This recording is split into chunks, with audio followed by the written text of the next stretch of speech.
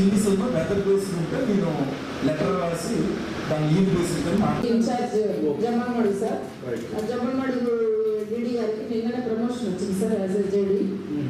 Government నుంచి పూర్తి స్థాయిలో ఏజెంట్ రానప్పుడు కూడా ఫస్ట్ అండర్స్టాండింగ్లో ఇస్తూ ప్రజెంట్ ఇప్పుడున్న ఖరీఫ్ సీజన్లో మనం తీసుకోవాల్సిన ముందస్తు జాగ్రత్తలు, దాన్ని ఫాలో చేయాల్సిన యాక్టివిటీస్ అవన్నీ అర్థం చేసుకొని ముందుకు తీసుకెళ్ళడానికి మనకి మీటింగ్ అందులో ముఖ్యంగా ఉపయోగపడుతుంది.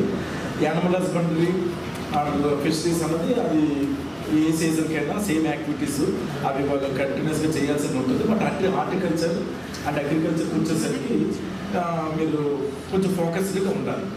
మనకి మేము ముఖ్యంగా ఏంటంటే మనకి 66.9 సెంటీమీటర్స్ అంటే ఆల్మోస్ట్ 67 సెంటీమీటర్స్ యావరేజ్ రెయిన్ఫాల్ అంతేనా సుమారు.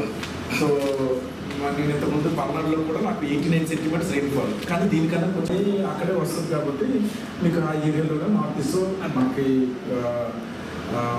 రెయిన్ తక్కువ కాబట్టి మనకి ప్రతి నీడ్స్ ఒక ఇంపార్టెంట్ కాబట్టి మనకి ముఖ్యంగా మైక్రో ఇరిగేషన్ అనేది మనం బాగా ప్రమోట్ చేసుకోవాలి. So success of Kadapa depends on micro irrigation. So drip irrigation, micro irrigation different ఇవి. సో దీనికి ఏంటంటే ఏపీఎంఎంపీ వింగ్ ఉన్నప్పటికీ కూడా మనం ఎవరి లెవెల్లో వాళ్ళు ముఖ్యంగా హార్టికల్చర్ అన్నవాళ్ళు పూర్తిగా సపోర్ట్ చేయాలన్నమాట.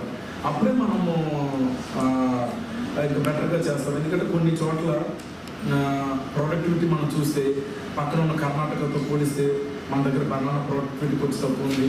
అలాగే స్వీట్ ఆరెంజ్ ఈల్డ్ తక్కువ ఉంది ప్రొడక్టివిటీ.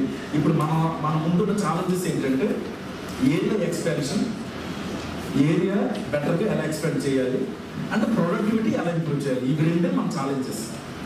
ఇంకా మిగిలినవన్నీ ఏంటి సిసిఆర్సి కార్డ్స్. సిసిఆర్సి కార్డ్స్ ఎప్పుడు మనం అచీవ్ చేస్తాం. కార్డ్స్ ఇవ్వటంలో గొడవ లేదు, ఏ జిల్లాకి ఇస్తుంది. కానీ మన సక్సెస్ ఎప్పుడు దేని మీద ఆధారపడి ఉంటుంది, ఆ సిసిఆర్సి కార్డ్స్ని ఉపయోగించుకొని ఎంతమందికి మనం లోన్ ఇప్పించగలిగాం, క్రాప్ లోన్ ఎంతమందికి ఇప్పించగలిగాం అన్నది అది పెర్ఫార్మెన్స్. అవునా కాదా? ఎందుకు కార్డు మనం ఎవరైనా సరే వాళ్ళిద్దరూ కూడా సిసిఆర్సి ప్రకారం ఇంప్లిమెంట్ చేసుకుంటే మనం సిసిఆర్సి కార్డ్స్ ఇస్తాము. మీరు ఆల్రెడీ 48 to 50% ఆల్రెడీ అచీవ్ చేశారు. సిసిఆర్సి కార్డు 50% అచీవ్ చేశారు. బట్ నా పాయింట్ ఏంటంటే ఈ సిసిఆర్సి కార్డు తీసుకున్న వాళ్ళు మీరు బ్యాంకర్స్ మీటింగ్ పెట్టి జాయింట్ లెవెల్ బ్యాంకర్స్ కమిటీ మీటింగ్లో మీరు అటెండ్ అయ్యి ఎంపీడీఓ లెవెల్లో కానీ డివిజన్ లెవెల్లో కానీ అటెండ్ అయ్యి ఎంతమంది బ్యాంకర్స్ మీరు మోటివేట్ చేశారు, ఎంతమంది టెనెంట్ ఫార్మర్స్కి మీరు లోన్ ఇప్పించారు, అదే మీ సక్సెస్.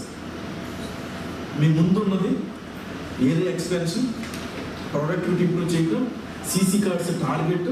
ఆ టార్గెట్లో ప్రధానంగా మీరు చేయాల్సింది ఏమని చెప్పాను, లోనింగ్ అన్నది అన్నమాట. అది మెయిన్ పారామీటర్.